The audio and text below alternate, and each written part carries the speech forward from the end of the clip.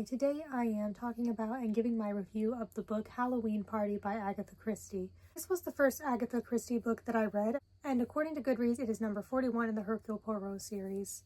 I have been wanting to read more mystery novels. I think that I would probably enjoy them. I guess I enjoy crime stories. I have definitely watched and listened to a lot in the past.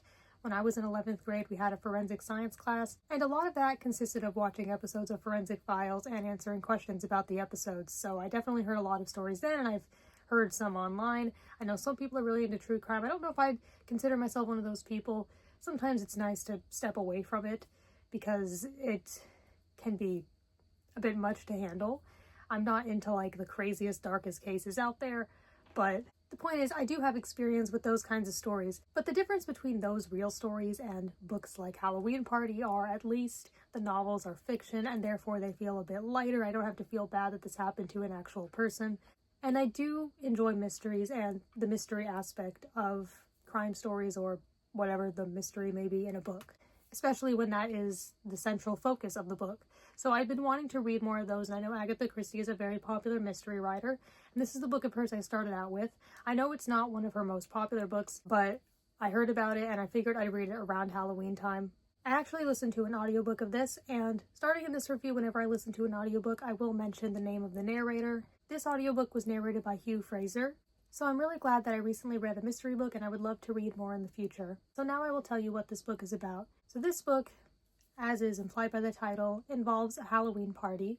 The Halloween party was hosted by adults for children, and when I say children, I think it was like 11 and up, so preteens and teenagers, not like really small children. At this party during the preparations, there was a 13-year-old girl named Joyce who was talking loudly about how she had witnessed a murder. The party then goes on. There are many activities that the kids do, one of which is bobbing for apples, and at the end of the party, Joyce's body is found dead in an apple bobbing tub, and it appears that someone has drowned her. So in this book, I think it's already pretty interesting in that there's not just the murder mystery about Joyce, but also there could be more to it considering she had just witnessed that she claimed a murder, so it kind of sounds like somebody heard that and wanted to silence her, so what's that about?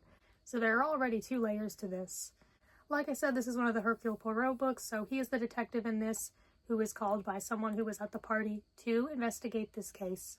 And most of the book follows his perspective in third person. So I wanted to say how much of a Halloween/seasonal book this is. I know that some people choose to read a book at a certain time of year based on like the vibes or the season or a holiday. And although this is called Hallowe'en Party, it doesn't feel like a very Halloween/autumnal book.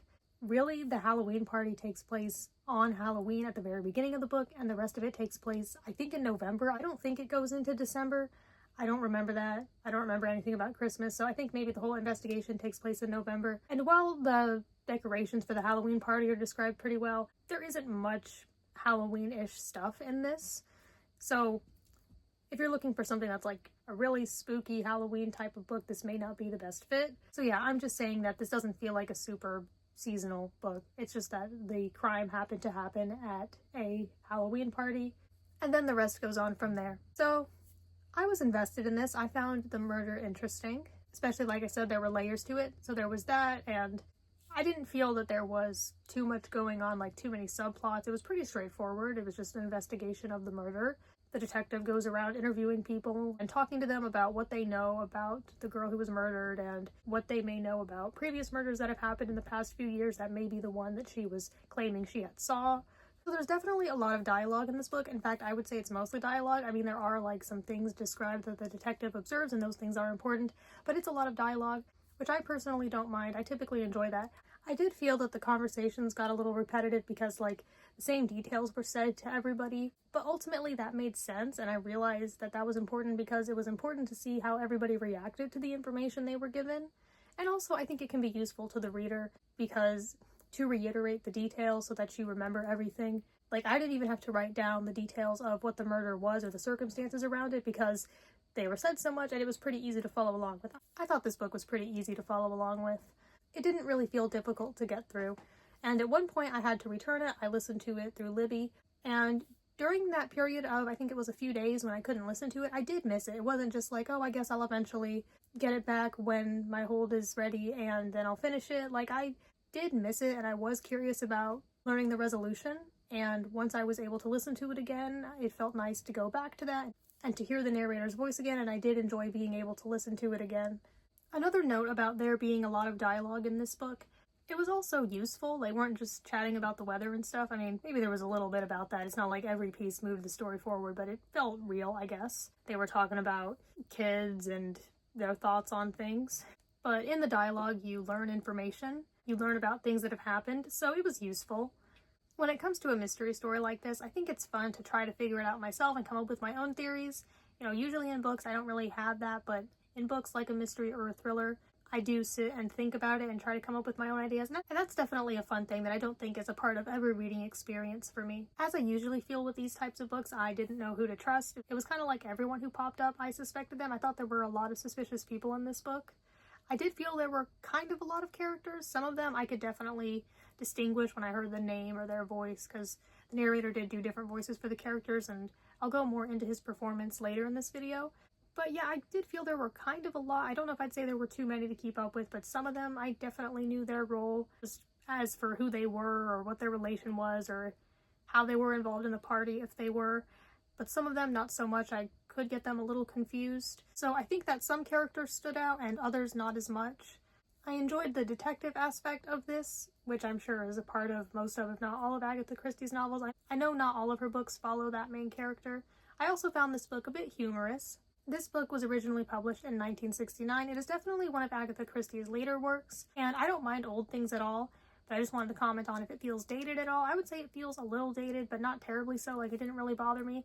And again, I don't mind reading old things. I just mean in terms of if anything, like, hasn't aged well, for example. As the different characters were talked to by the detective, I thought it was interesting to hear each person's thoughts and hear what they knew. I was especially invested towards the end as things were happening and not everything was explained right away. Like, it is explained at the end, but like, the detective feels like he's figured things out, and then he does some things with some people and things are going on, but you don't quite know why he's doing it or what exactly is going on, so that was interesting.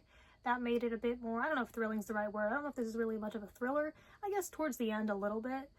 As I said, everything was explained, and I always enjoy that in a crime story, just like the explanation at the end of how everything was put together and how everything worked and who was behind it. So I think that can be satisfying to hear after listening to the whole story. However, because, like I said, it was kind of hard to keep up with the characters, when I heard the resolution, I had to really think about it and process it, like, okay, which character was that? And try to really just connect all that had happened, because like I said, there are kind of layers to this case. It's not super simple and straightforward. I won't be saying what it is because I'm trying to make this a spoiler-free review, but yeah, I had to think about it, and after thinking about it for a few minutes, I'm pretty sure I understood what had happened. I did not find the resolution terribly surprising, but at the same time, like I said, there were so many suspects that I never really at one point had an idea where I was like, it was definitely this person and this is what happened. So I didn't have a concrete, definitive guess like that. One of the things I liked about this book and found interesting was one of the main characters was a woman who was an author, and it's possible that Agatha Christie kind of self-inserted herself in that way. I'm not sure, but it's possible, as the author was talking about her thoughts related to being an author and how people treat her, so it's possible that that was just like kind of Agatha Christie talking about herself, and then the author is kind of just a part of the story. This book contains some interesting and still relevant themes, particularly when it comes to mental illness and society's treatment of it and how it was then versus how it is now, especially when it comes to mental illness in children. And there were also themes of how to handle criminals, especially if they are children and or mentally ill. There are some themes of mercy and justice versus compassion. I thought that those ideas were interestingly explored. So now I wanted to talk a little more about the narrator's performance. Personally, I thought it was good. He had a British accent, which makes sense because the book takes place in England. But not all the characters in the book have a British accent, so I think he did well at doing other accents too.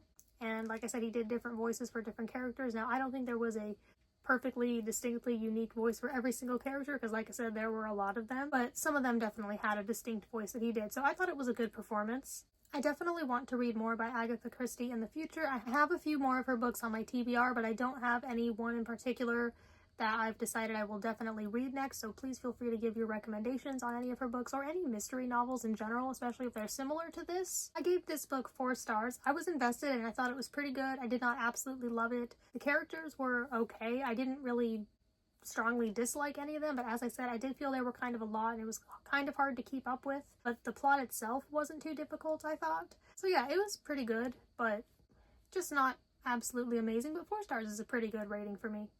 If you've read this book, I would love to hear your thoughts on it, or anything else by this author, or anything similar, or just anything that comes to mind, you can comment. I'm glad I read this, and I look forward to reading more by this author in the future, and thank you for watching.